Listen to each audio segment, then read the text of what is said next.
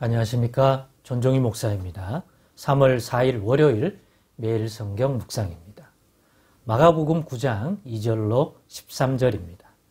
엿새 후에 예수께서 베드로와 야고보와 요한을 데리시고 따로 높은 산에 올라가셨더니 그들 앞에서 변형되사 그 옷이 광채가 나며 세상에서 빨래하는 자가 그렇게 희게 할 수 없을 만큼 매우 희어졌더라.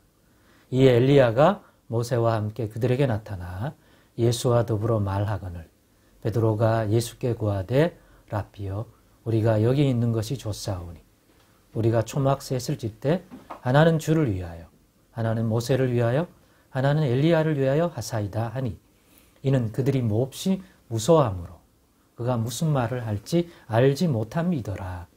마침 구름이 와서 그들을 덮으며 구름 속에서 소리가 나되 이는 내 사랑하는 아들이니 너희는 그의 말을 들으라 하는지라. 문득 둘러보니 아무도 보이지 아니하고 오직 예수와 자기들 뿐이었더라. 그들이 산에서 내려올 때 예수께서 경고하시되 인자가 죽은 자 가운데서 살아날 때까지는 본 것을 아무에게도 이르지 말라 하시니 그들이 이 말씀을 마음에 두며 서로 문의하되 죽은 자 가운데서 살아나는 것이 무엇일까 하고 이에 예수께 묻자와 이르되 어찌하여 서기관들이 엘리야가 먼저 와야 하리라 하나이까. 이르시되 엘리야가 과연 먼저 와서 모든 것을 회복하거니와 어찌 인자에 대하여 기록하기를 많은 고난을 받고 멸시를 당하리라 하였느냐. 그러나 내가 너희에게 이르노니 엘리야가 왔으되 기록된 바와 같이 사람들이 함부로 대우하였느니라 하시니라. 아멘.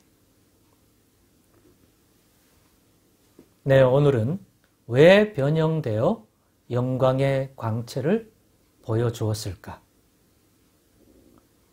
왜 변형되어 영광의 광채를 보여주었을까? 라는 제목으로 묵상 나눔을 갖겠습니다. 왜 변형하신 것일까요?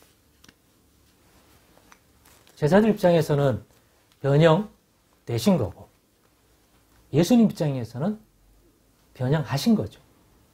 물론 하나님이 그렇게 하셨겠지만 그 이유에 대한 것들을 한번 묵상해 보면 좋을 것 같습니다. 의미 없이 하지는 않았을 거 아닙니까?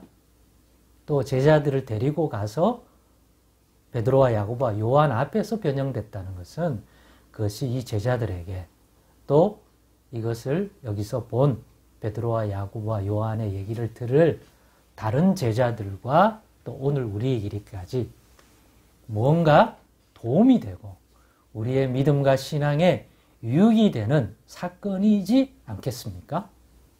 그런 차원에서 이 변형은 우리에게 우리의 믿음과 예수를 따르고 하나님 나라를 사모하는 우리들에게 어떤 유익을 주는가라는 관점으로 보면 좋을 것 같습니다. 그래서 생각해 보니 이 변형된 예수를 본 것과 보지 않은 것, 보지 않고 지금까지 자신들과 동행하며 지켜봐왔던 그 예수님만을 아는 것과 차이가 어떻게 날까요? 분명히 예수가 누구인지와 또 그 말씀, 그 예수님의 말씀을 듣고 바라보고 받아들이는 데 있어서 다를 거라고 생각합니다. 신적인 인식. 자, 우리와 같은 몸을 입고 계신 분이 사역하는 것과 그런 분이 어느 날 그것도 높은 산에서 산에서 변형이 되어 감히 쳐다볼 수 없는 그런 광채를 내는 존재로 보였다면 그런 분이 전하는 말씀이라면 어떤 느낌이 될까요? 저는 본문 7절에서 변형되신 이유를 또 변형되게 하신 이유를 발견하게 됩니다. 7절에 이렇게 됩니다. 마침 구름이 와서 그들을 덮으며 구름 속에서 소리가 나되 이는 내 사랑하는 아들이니 너희는 그의 말을 들으라 하는지라.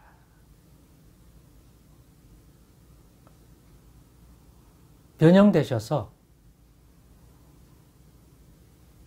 이 예수를 경험한, 변형되신 예수를 경험한 제자들에게 하신 말씀입니다.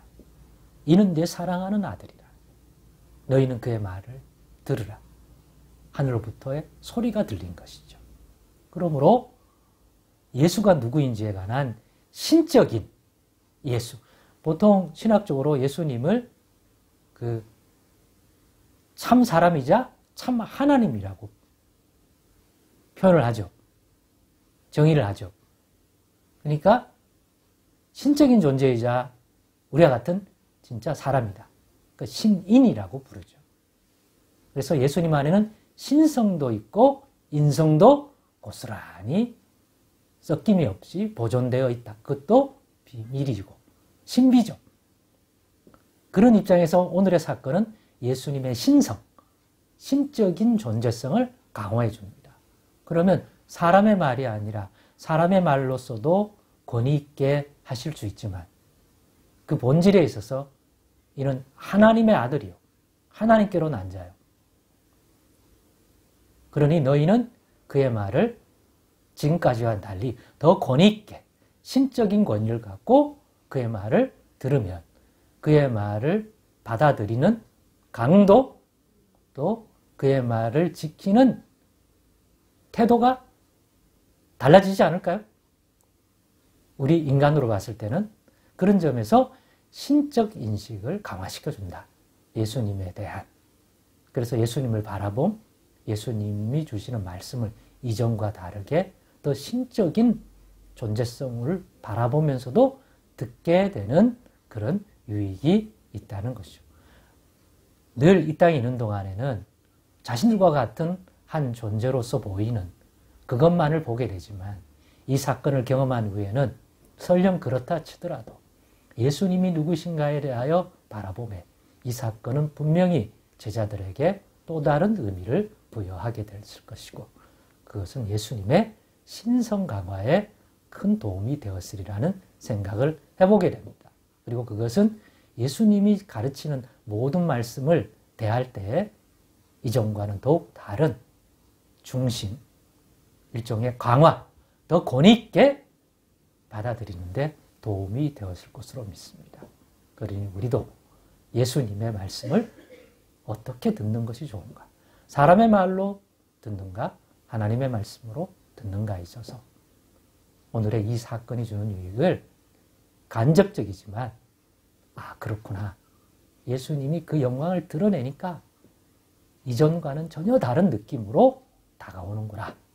두렵고 떨림으로 쉽게 듣지 말고 또 경외심을 갖고 들어야 하는 것이 예수님의 입에서 나는 말씀이구나 하는 그러한 느낌, 그러한 분별 함께 가져보면 더욱 하나님의 말씀, 예수님의 말씀을 우리의 마음에 새기는데 유익되리라고 믿습니다. 기도하겠습니다. 하나님 감사합니다.